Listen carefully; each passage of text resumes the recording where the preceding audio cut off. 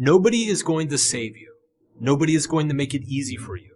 Nobody can live your life for you, endure your pain for you, choose your struggles for you.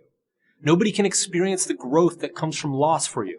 Nobody can build your confidence through 1,000 tiny failures for you.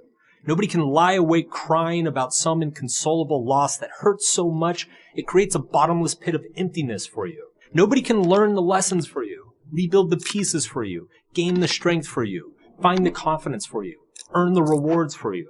Nobody can write your story for you. Nobody can tell you what it all meant. Nobody can make the impossible choices and live with the eternal consequences and suffer through indecision, doubt, and regret for you. You get to do that. You have the honor and privilege to suffer and overcome that suffering, only to suffer and overcome again and again and again. This is called being alive. It's called being human. And no, nobody else can do that for you either.